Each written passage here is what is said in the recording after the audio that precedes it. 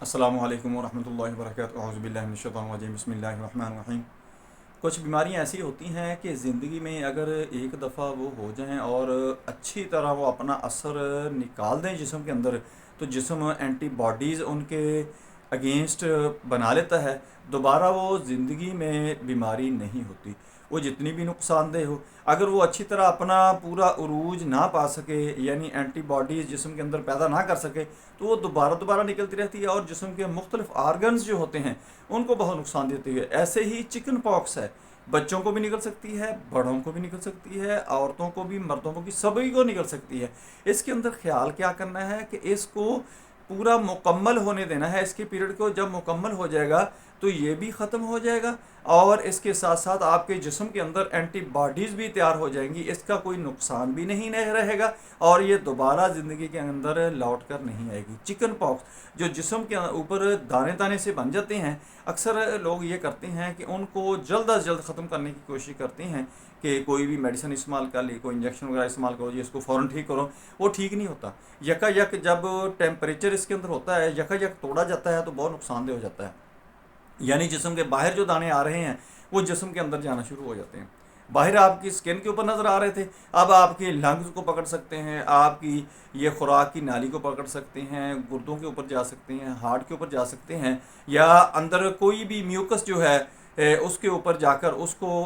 نقصان پہنچا سکتے ہیں، اور اس طرح آپ کا جو جسم ہوگا وہ بھی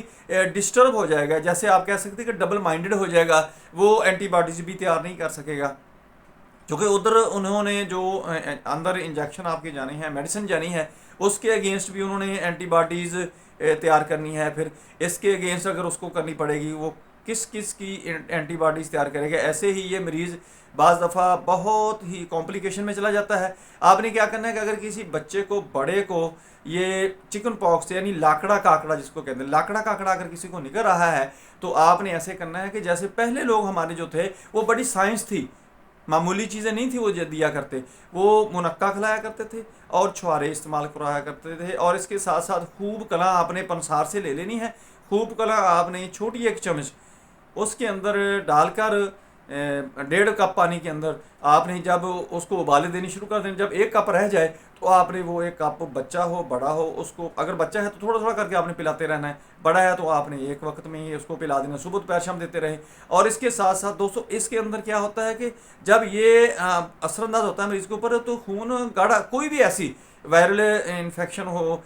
کوئی بیکٹیریل انفیکشن ہو تو جسم کے اندر خون گاڑھا ہونا شروع ہو جاتا ہے۔ اس کے اندر بھی یہی پرابلم ہوتی ہے کہ خون گاڑھا ہونا شروع ہو جاتا ہے۔ تو آپ نے کیا کرنا ہے کہ آپ ایک روٹین بنا لیں کہ زندگی کے اندر ادرک، لہسن، پودینہ، اناردانہ، یہ ہم وزن لے کر اس کی چٹنی بنا لیا کریں، اور صبح دوپہر شام 1 چمچ آپ نے کھانا کوئی بھی ہو اس کے ساتھ آپ نے 1 چمچ اس کو ایز اے چٹنی استعمال کر لیا کرنا ہے۔ ان چیزوں سے آپ ویسے ہی محفوظ رہیں گے کہ آپ کی باڈی کے اندر کوئی ایسا فضلہ، کوئی مواد نہیں رکے گا، کوئی جس نے اس کو پیدا کرنا ہے یا نکلنا ہے۔ تو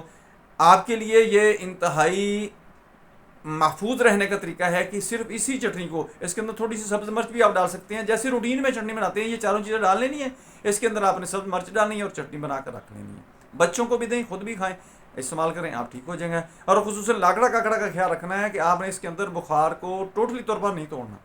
انشاءاللہ اس کا دورانیہ مکمل ہونے دیں، اینٹی باڈیز آپ کے جسم کے اندر تیار ہو جائیں گی، انشاءاللہ آپ کا بچہ ہو، آپ کا بہن ہو، بھائی ہو، کلیگ ہو، دوست ہو، کوئی بھی ہو، وہ مکمل طور پر زندگی بھر اس مرض سے متاثر نہیں ہوگا۔ دوستو میری ویڈیو پسند آئے اس کو لائک کریں، دوستوں رشتہ داروں میں شیئر کریں، بیل آئیکن کو پریس کریں، میرے چینل کو سبسکرائب کریں، اپنا خیال رکھیں، stay connected, stay happy, stay healthy. اللہ حافظ، السلام علیکم ورحمۃ اللہ وبرکاتہ۔